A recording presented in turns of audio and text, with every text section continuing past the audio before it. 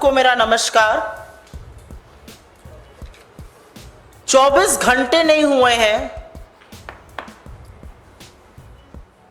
ND गठबंधन की सरकार बने, नरेंद्र मोदी को प्रधानमंत्री पद की शपथ लिए और भारतीय जनता पार्टी के लोगों के काले कारनामों ने एक बार फिर सिर शर्म से झुका दिया है। और ये जो आरोप लग रहे हैं ये हम नहीं लगा रहे हैं, ये बीजेपी के अंदर से, संघ के अंदर से उनके नेता, उनके कार्यकर्ता, उनके समर्थक लगा रहे हैं। अब जो आरोप सामने आया है उसमें बीजेपी के नेता और उनकी आईटी सेल, जिसको मैं फेक न्यूज की फैक्ट्री कहती हूं, उसके सरगना अमित मालवीय पर आरएसएस के एक नेता ने यौन शोषण का गंभीर आरोप लगाया है। संघ परिवार के नेता हैं शांतनु सिन्हा, वो बीजेपी के बंगाल के पदाधिकारी राहुल सिन्हा के भाई हैं, एबीवीपी के सदस्य रह चुके हैं, हिंदू संघ के प्रमुख हैं। उनका कहना है कि बीजेपी आईटी सेल के प्रमुख अमित मालवीय बंगाल में औरतों का यौन शोषण करते हैं और सिर्फ 5 सितारा होटलों में ही नहीं, बीजेपी के दफ्तर तक में यह काली करतूतें चलती हैं। उन्होंने बंगाली में ट्वीट करके, बांग्ला में ट्वीट करके यह भी लिखा है कि बीजेपी नेताओं में होड़ लगी हुई है औरतों की आपूर्ति करने की। उनका कहना है कि ये सब लोग मिलकर, और अमित मालवीय का नाम लेकर उन्होंने कहा है, औरतों का यौन शोषण करते हैं। ये आरोप कांग्रेस पार्टी का नहीं है, ये आरोप संघ के एक व्यक्ति का है जो बीजेपी से जुड़ा हुआ है। मैं जानना चाहती हूं, बीजेपी की आईटी सेल है या दरिंदों का जमावड़ा है? आपको याद होगा उत्तर प्रदेश के आईआईटी बीएचयू का वो गैंग रेप कांड, जिसमें सक्षम पटेल, कुणाल पांडे, आनंद चौहान जैसे लोगों का नाम आया था। ये सब शीर्ष नेतृत्व ही नहीं, प्रधानमंत्री मोदी के बड़े करीबी लोग। लेकिन ये बीजेपी की आईटी सेल के संयोजक, सह संयोजक और उसके सदस्य थे। तो दरिंदों का जमावड़ा है क्या बीजेपी की आईटी सेल? आज सवाल इस बात का है, आज सवाल इस बात का है कि बीजेपी की आईटी सेल में कैसे लोग हैं भाई? एक ध्रुव सक्सेना था, आईएसआई की मुखबिरी करते हुए पकड़ा गया था, हिंदुस्तान में मुखबिरी करता था आईएसआई के लिए। ये किन दरिंदों से, किन लोगों से भरा हुआ है बीजेपी की फेक न्यूज फैक्ट्री, बीजेपी की आईटी सेल? और बीजेपी में कितने महिला विरोधी लोग हैं भाई? हाथरस से लेके लखीमपुर, लखीमपुर से लेके उन्नाव, उन्नाव से लेकर चाहे वो उत्तराखंड की अंकिता भंडारी हो, चाहे वो गुजरात की बेटी बिल्किस बानो हो, चाहे वो इस देश की सबसे होनहार खिलाड़ी बेटियां हो, हर बार आरोपी बीजेपी का नेता।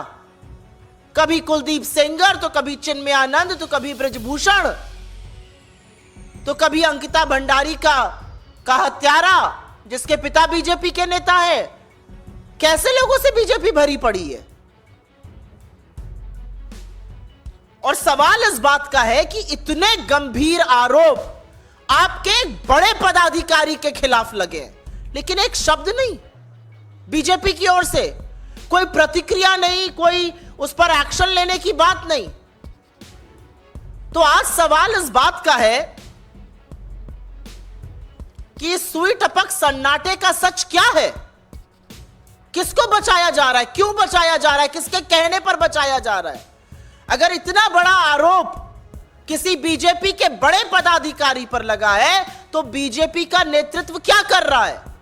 नरेंद्र मोदी किस मुंह से महिलाओं की संरक्षण की बात करते हैं जब वो संरक्षण हर बार आरोपी को देते हैं?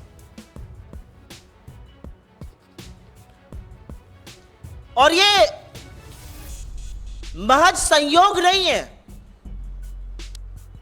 महज संयोग नहीं है कि फिर से यौन शोषण का आरोप एक ऐसे व्यक्ति पर लगा जो सत्तारूढ़ दल में एक बड़े पद पर बैठा है, जो प्रचार प्रसार का एक तरह से प्रमुख है, जो नैरेटिव बनाता है।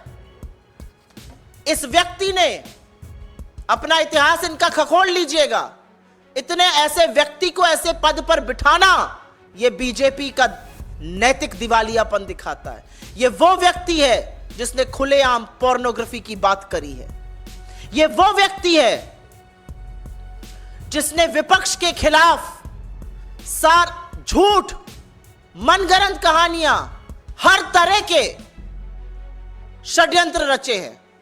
राजनीतिक प्रतिद्वंद्विता को किनारे रखकर इसने देश के प्रथम प्रधानमंत्री पंडित नेहरू तक को नहीं बख्शा। उनकी अपनी बहन और भतीजियों के साथ की फोटो को इसने दुष्प्रचार करके चलाया, लांछन लगाए।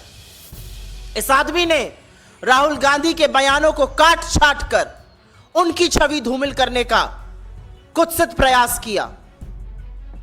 इस व्यक्ति ने तमाम मर्यादाओं को लांघते हुए सोनिया जी के खिलाफ, विपक्ष के तमाम नेताओं के खिलाफ दुष्प्रचार किया। कोई राजनीतिक मर्यादा, कोई राजनीतिक शुचिता इस आदमी ने नहीं रखी और एक ऐसी फेक न्यूज फैक्ट्री बना दी बीजेपी की, जो सिर्फ झूठ, सिर्फ मनगढ़ंत कहानियां, मनोहर कहानियां रचती है, आधा सच और पूरा झूठ फैलाती है। तो आज हमारी मांग है कि आरएसएस के एक वरिष्ठ पदाधिकारी के इस बयान पर बीजेपी क्या कर रही है। हमारी मांग है कि एक निष्पक्ष जांच हो। हमारी मांग है कि सच सामने आए और हमारी मांग है कि जब तक जांच पूरी तरह से कार्रवाई ना हो जाए, सत्तारूढ़ दल के इतने बड़े पद पर एक ऐसा व्यक्ति नहीं बैठ सकता है जिस पर इतने बड़े यौन शोषण के गंभीर आरोप लगे हैं। मैं पूछना चाहती हूं, मंत्रालय आवंटन तो अभी बाकी है, लेकिन क्या कोई नया बाल विकास मंत्री जो भी बनेगा या बनेंगी, वो भी पहले वाली की तरह आंखों पर पट्टी और मौन व्रत रख लेंगी? इस देश में राष्ट्रीय महिला आयोग तो है, वो सिर्फ विपक्ष में जब कुछ होता है तो जागती हैं। इसका स्वतः संज्ञान नहीं लीजिएगा, नहीं जाइएगा कोलकाता, नहीं कीजिएगा कार्रवाई। आप महिलाओं के संरक्षण, उनके अधिकार, उनके सामर्थ्य, उनके संबल के लिए है, लेकिन आपने सिर्फ गंदी घिनौनी राजनीति की है। आज भी वक्त है, जाग जाइए। मेरा अपना मानना है कि कठोर कदम उठाने चाहिए भारतीय जनता पार्टी को। हम मांग करते हैं निष्पक्ष जांच हो, और वो तभी संभव है जब इतने प्रभावशाली पद से वो व्यक्ति हटाया जाएगा, और ऐसे व्यक्ति को सजा भी मिलनी चाहिए, और उनको अपने पद पर बने रहने का कोई नैतिक अधिकार नहीं है। I will very briefly make a statement in English. It has come to light not by us, it has come to light by members of the Rashtriya Swayamsevak Sangh who are on record. A gentleman by the name of Shantanu Sinha, related to Rahul Sinha, an office bearer of the BJP in Bengal, a member of the ABVP, a prominent member of the RSS there, has said that the BJP IT cell head, the fake news factory that Mr. Amit Malviya runs, he has alleged that Mr. Amit Malviya has indulged in nefarious activities. He has indulged in sexual exploitation of women, not just in 5-star hotels, but in BJP offices in Bengal. And the only thing that we seek of the BJP is justice for women finally. Whether it is Hathras or Lakhimpur or Shahjahanpur or our most decorated athletes or Uttarakhand or Bilkis Bano, the Prime Minister has consistently given political patronage and support to perpetrators of the crime. It's high time you stand with women. It's high time you stand with India's daughters. And unless and until you do not answer their plight, you have no business to be in power. The reality is, less than 24 hours after the Prime Minister has been sworn in, very, very serious charges of sexual exploitation have been leveled against a very prominent office bearer of the BJP, the head of its IT cell. But is it to anybody's surprise?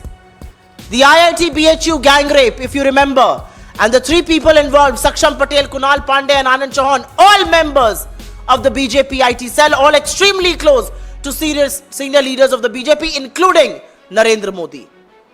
This is a pattern